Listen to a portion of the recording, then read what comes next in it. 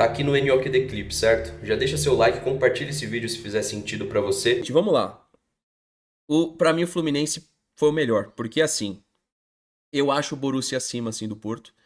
Não sei falar pra vocês o quanto acima é. Não vou ficar abrindo valor de mercado aqui pra ver também, não me importa, porque os dois também não jogam sempre. Jogam de vez em quando a Champions League ou a UEFA Europa obriga eles a fazer isso, né? Então é muito difícil falar qual que é mais forte. Agora, o jogo que o Fluminense imprimiu foi melhor porque eu vou fundamentar a minha opinião pra vocês. O Fluminense segurou 30 minutos iniciais. No meu ponto de vista, os 30 minutos iniciais foi do Fluminense.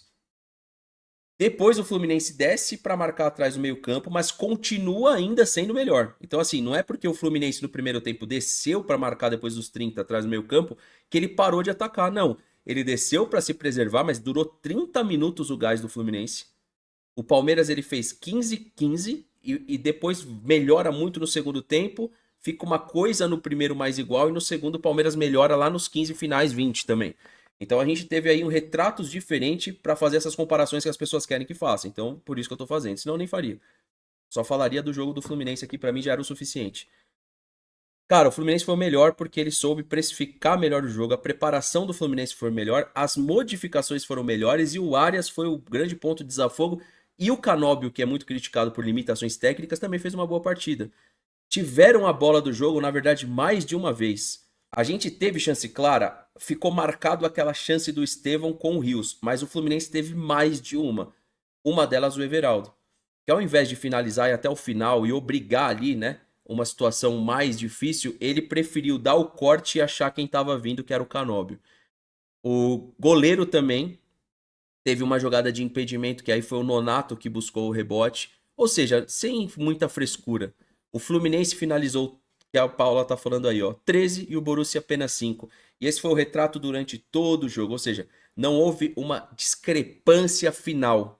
Tá? O amigo aqui tá falando que tá xingando o Everaldo até agora. Porque ali realmente ele tinha que ir até o fim. Ele tinha que ser o atacante, né? Ele tinha que tentar até o final. Para finalizar a análise, que é basicamente isso que aconteceu, mas tem mais um ponto. Os treinadores brasileiros, eu tinha falado da tática dos 70. A gente viu de novo acontecer hoje com o Renato Gaúcho, que é pegar os 70 minutos, que isso desde os anos. Antes a gente tinha menos substituição, mas desde os anos 90 isso é feito. O Palmeiras ganhou uma Libertadores fazendo isso, né, colocando pontas para jogar. A gente tinha o Euler, né? Então a gente modificava o jeito de jogar e apostava nos instantes finais. O que eu acho que é a tática dos 70 dentro do Mundial?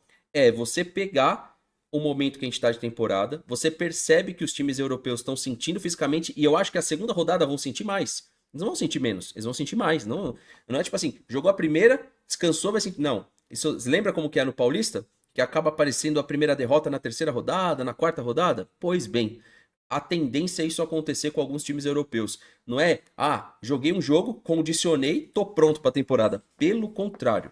Pelo contrário. Os times brasileiros têm que continuar apostando nessa questão de mudar seus extremos aos 70 minutos, saber fazer a compactação, e o Renato fez isso muito bem hoje com o Serna também. Com a entrada do Serna, com a modificação de alguns jogadores, o Fluminense continuou até o último minuto atacando e não venceu pelo mesmo motivo do Palmeiras.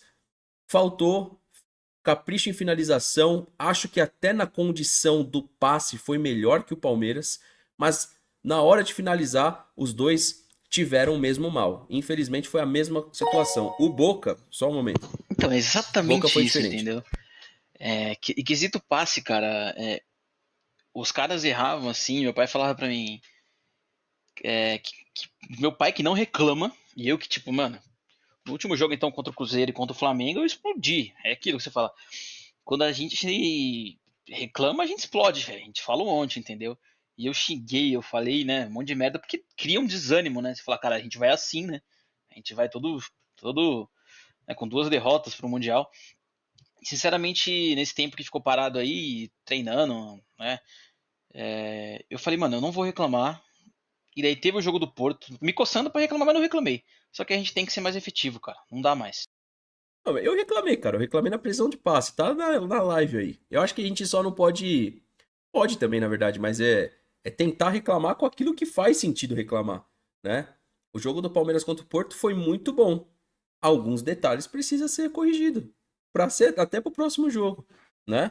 Então, esse é o ponto. Ó, galera que tá chegando aí, pessoal, a gente tá com 1.700 agora. Me ajuda no like, gente, vai. É capaz que eu sou o único que tá fazendo aí, mano. Então, pô, por favor, eu dormi, já tô aqui de volta, cara. Então, tipo, daqui a pouco eu já tô de volta de novo. Então, quem puder deixar o like, quem valoriza aí, é um esforço, tá? Pode não parecer, mas, mano, até algumas coisas vão ficando de lado. Aqui em casa, você vê que eu nem almocei ainda, velho. Não comi nada ainda, sólido, né? Vocês viram aí, vocês estavam assistindo a live. Então deixa só o like aí, não é pedir muito, tá? O Guilherme falou, não é possível que eu só vi o Borussia trotando preguiçoso, horroroso. O Flu amassou, eu concordo, mas o nível do Borussia é esse. E o Porto entregou tudo, Guilherme. O Porto entregou tudo. Você acha que o Chelsea vai entregar tudo no começo de temporada contra o Flamengo?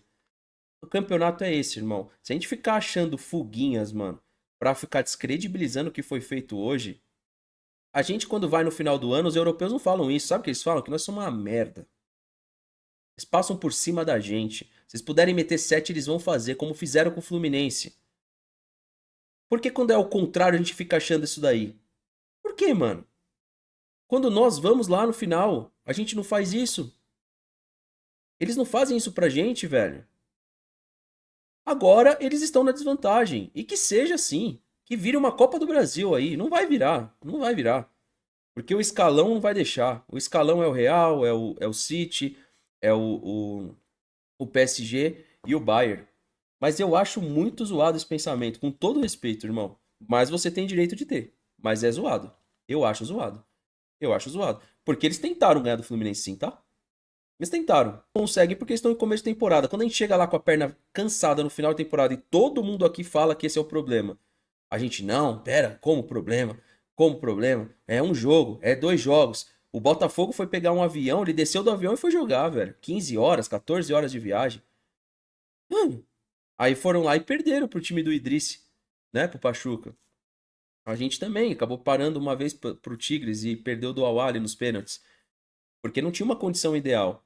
Eu respeito a opinião, eu não consigo pensar assim. Não consigo pensar assim. O Católico falou, Sormani tem razão, parem de convocar fulano e Beltrano porque jogam na Ponte Preta da Inglaterra. Mas é Premier League, dizem, né? Danilo no auge foi muito mais jogador que o Guimarães e o Wellington. Concordo com você. Principalmente esses dois aqui, eu concordo com você.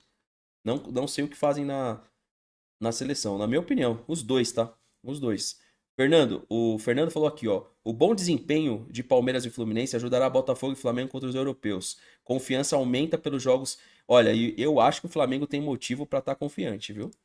O Chelsea ontem foi bem, mas olha, eu falar, o Los Angeles tem, cara, o Los Angeles tem 3 jogadores e o centroavante e o goleiro é experiente. Então tem o Lloris, o Giroud, o David Martinez, o Boanga e o Delgado que fez uma partida bem. O Igor Jesus fez uma partida boa. Ele teve uma falha no jogo, mas ele fez uma partida boa. É o brasileiro, né? Só que assim, o Los Angeles é muito limitado e fez uma fumacinha, viu? Quem assistiu o jogo viu. Muito pró-Chelsea o jogo, né? Passes, imposição. Mas quando saía, o Los Angeles chegava com perigo. O Flamengo tem condição, gente. Se fosse o Palmeiras ali, eu estaria falando a mesma coisa. Tem condição, tem condição. E o Botafogo contra o Atlético de Madrid, agora eu já não acho mais que é atropelo. Eu já não acho mais. Pode ser que lá na frente eu mude de opinião, mas eu acho que não. Atropelo não vai ser, não. E o Botafogo estreou mal. Fez o gol, se preservou fisicamente, à toa, e o Seattle não empatou no final. E assim, daria pro Botafogo um baita de um desânimo, né? Se o Seattle faz o gol ali com o. Eu ia falar o De La Vesgo, não, o De La Vega, o canóbio deles lá. O De La Vega. Seria ruim pro Botafogo e certamente já estaria desclassificado.